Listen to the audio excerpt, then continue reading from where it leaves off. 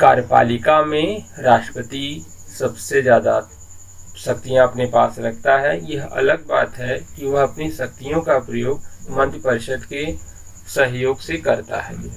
तो राष्ट्रपति के पास दो प्रकार की शक्तियां दी गई हैं, जो है पावर ऑफ द प्रेसिडेंट। एक शक्तियां जो है शांतिकालीन शक्तियां होती हैं, दूसरी आपातकालीन शक्तियां होती हैं।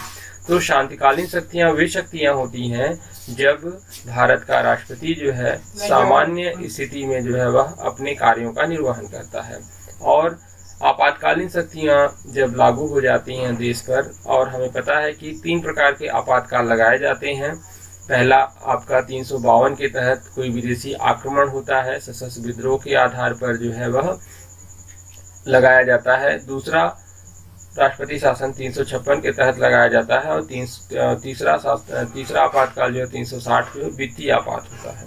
ठीक है, तो इस तरह से शांतिकालीन कार्यों के द्वारा जो राष्ट्रपति करता है, पहला कार्य है कि उच्च पदों की नियुक्तियां राष्ट्रपति के द्वारा की जाती है। संघ के मंत्री, प्रधानमंत्री, राज्यपाल, उपराज्यपाल, उच्चतम न्यायालय और उच्च न्यायालय के न्यायाधीश, महान्यायवादी, नियंत्रण महालेखा परीक्षक, संघ लोक सेवा आयोग के अध्यक्ष और सदस्य, निर्वाचन आयोग के अध्यक्ष और सदस्य, राष्ट्रीय अल्पसंख्यक आयोग, पिछड़ा वर्ग आयोग, SC/ST आयोग, राष्ट्रीय महिला आयोग, मानवाधिकार आयोग, वित्त आयोग, राजभाषा आयोग, विधि आयोग जैसे महत्वपूर्ण पदों की नियुक्तियां जो है वह राष्ट्रपति की संस्तुति से की जाती है।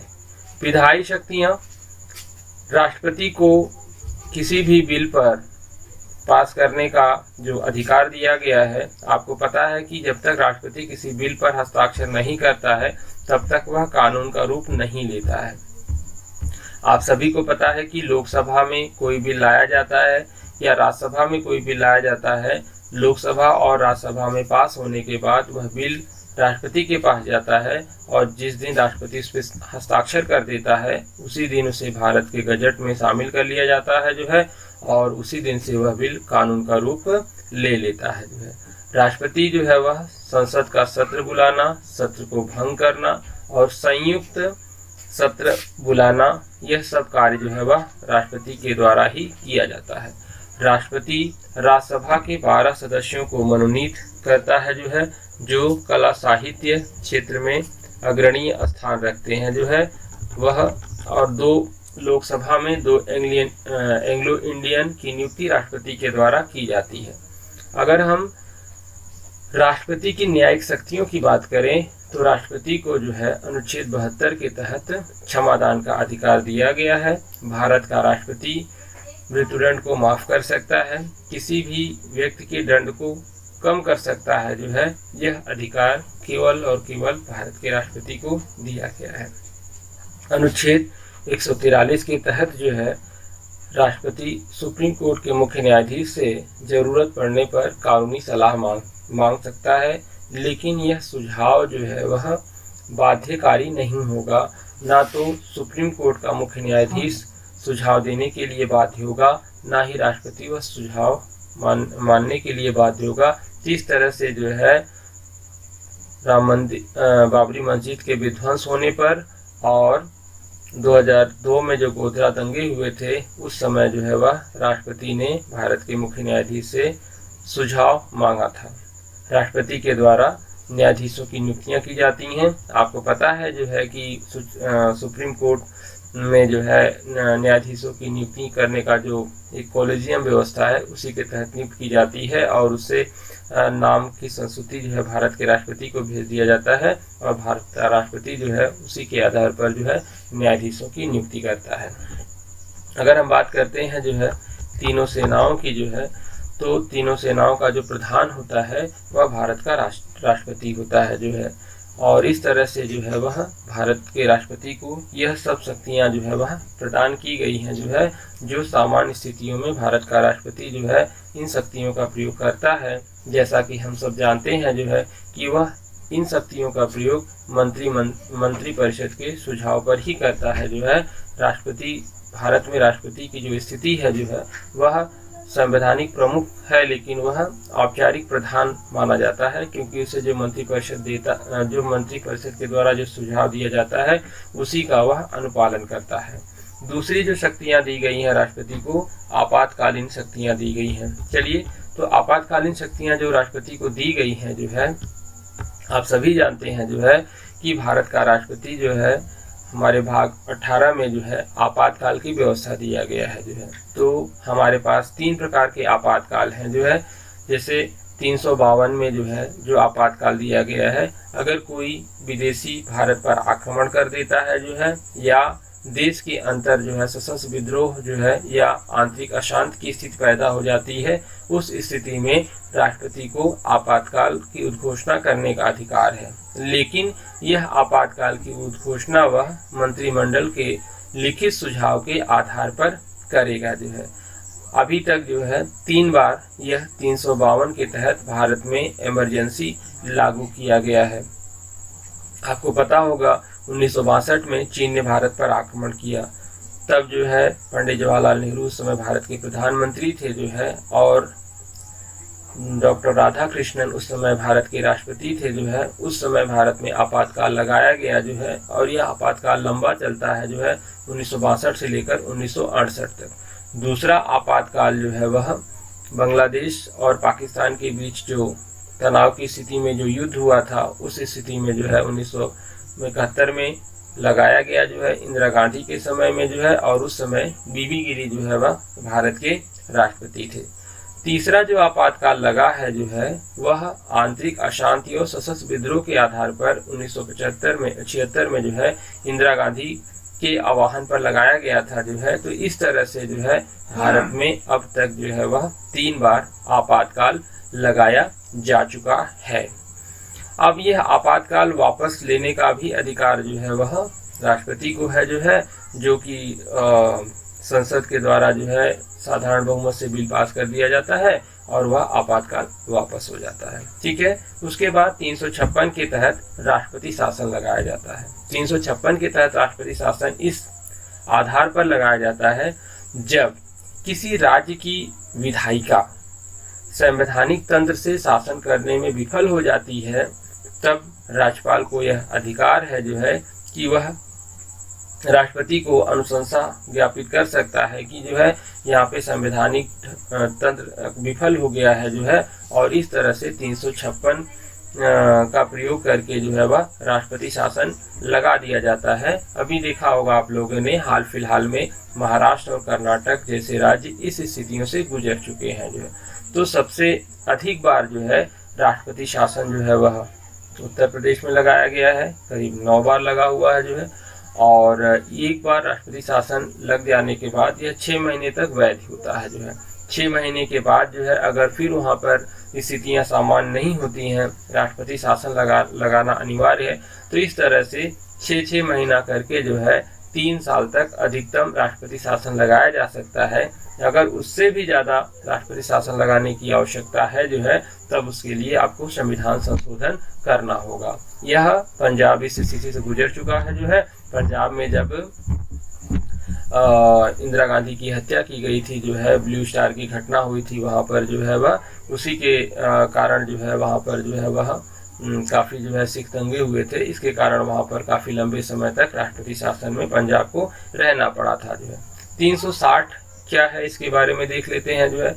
यह आपका वित्तीय आपात है, फाइनेंशियल इमरजेंसी। कहने का मतलब ये है, अगर भारतीय अर्थव्यवस्था पूरी तरह से चरमरा जाए, भारत की अर्थव्यवस्था एकदम मंदी की गर्त में चली जाए और भारतीय बैंक या सरकार जो है वह किसी भी प्रकार की गतिविधियों को, आर्थिक गतिविधियों को संचालित करने में असक्षम होती है, तो इस अवस्था में 360 के तहत वित्तीय आपात की घोषणा की जाती है जो है।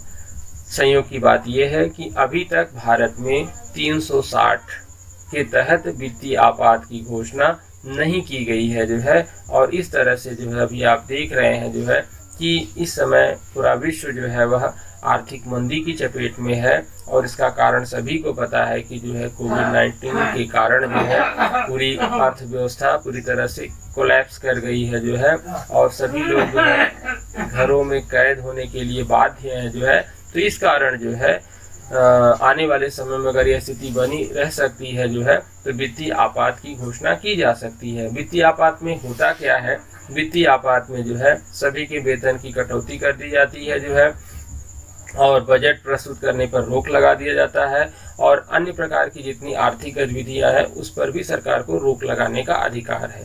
तो इस तरह से जो है राष्ट्रपति के पास जो है आपातकालीन और शांतिकालीन दो प्रकार के अधिकार दिए गए हैं, जिसका प्रयोग जो है राष्ट्रपति समय समय पर अपनी सुविधा अनुसार करता है जो है।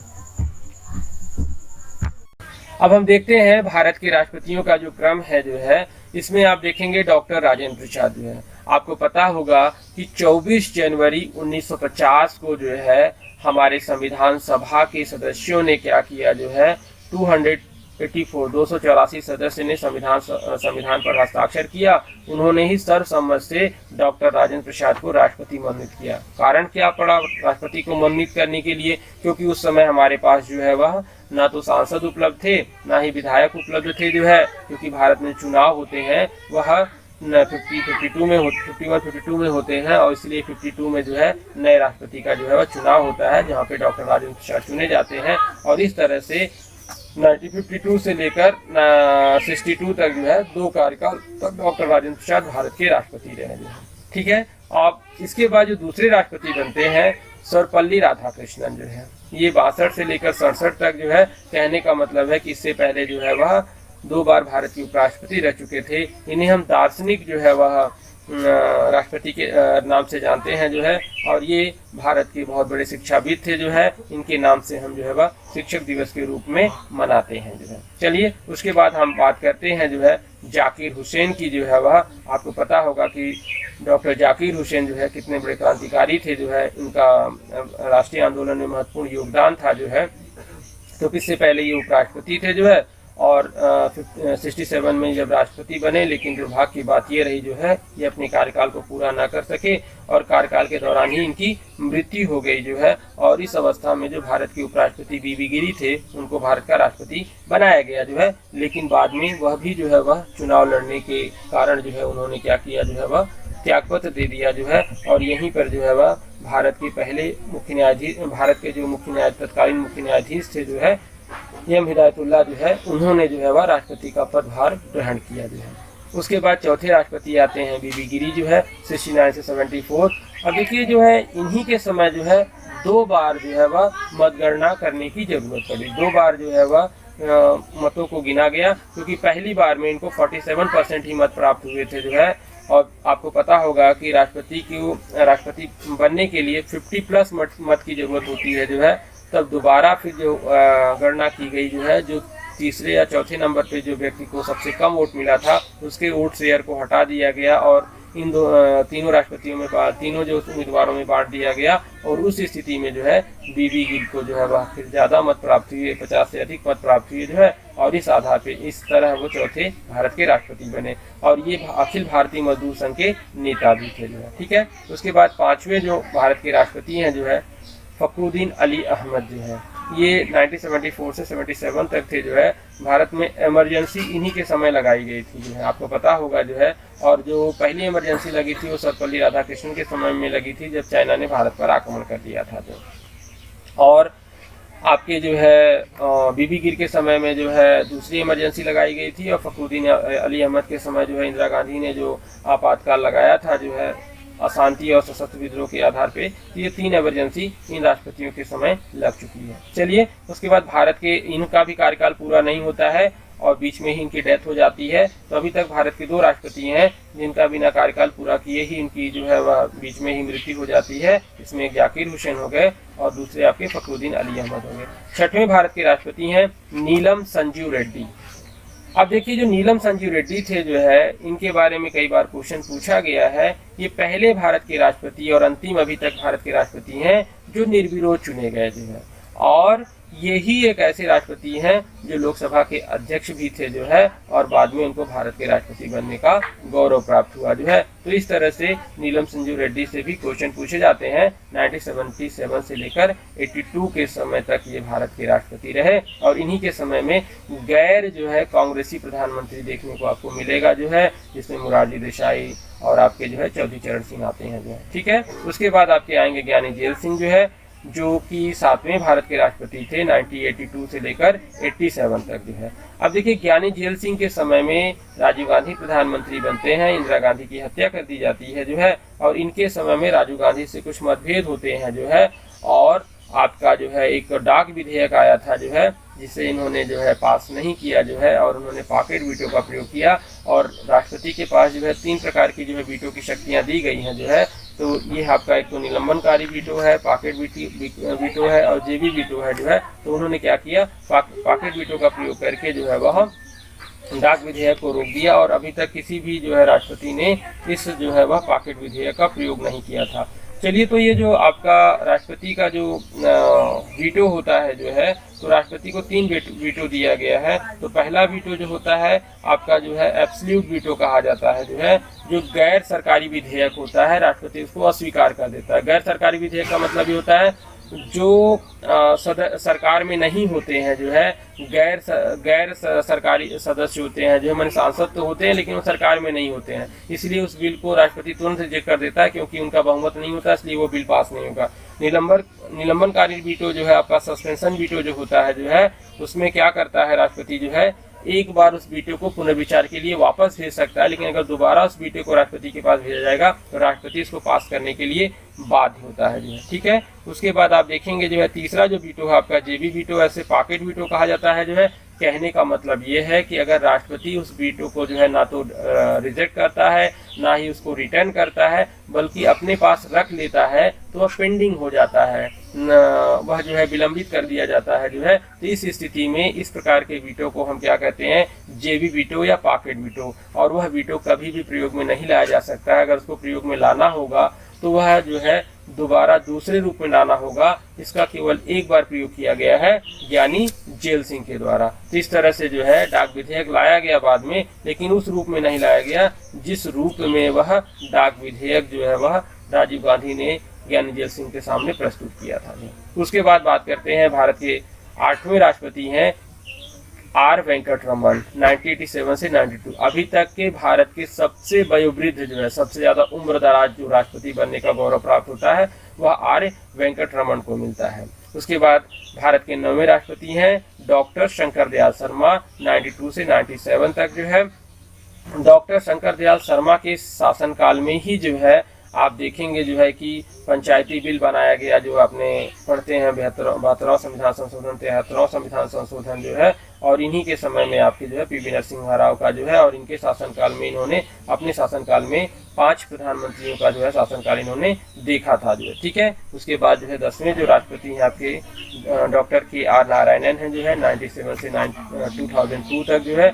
और ये भारत के जो है वह पहले जो है वह दलित राष्ट्रपति थे जो है। उसके बाद जो है आपके 11वें राष्ट्रपति का जो नाम आता है डॉक्टर अब्दुल कलाम जो है, 2002 से 2007 तक जो है। और ये डॉक्टर अब्दुल कलाम जो है पहले गैर राजनीतिक व्यक्ति थे, अर्थात इनका पूरे जीवन काल में किसी राजनीति से कोई लेना देना नहीं था जो है।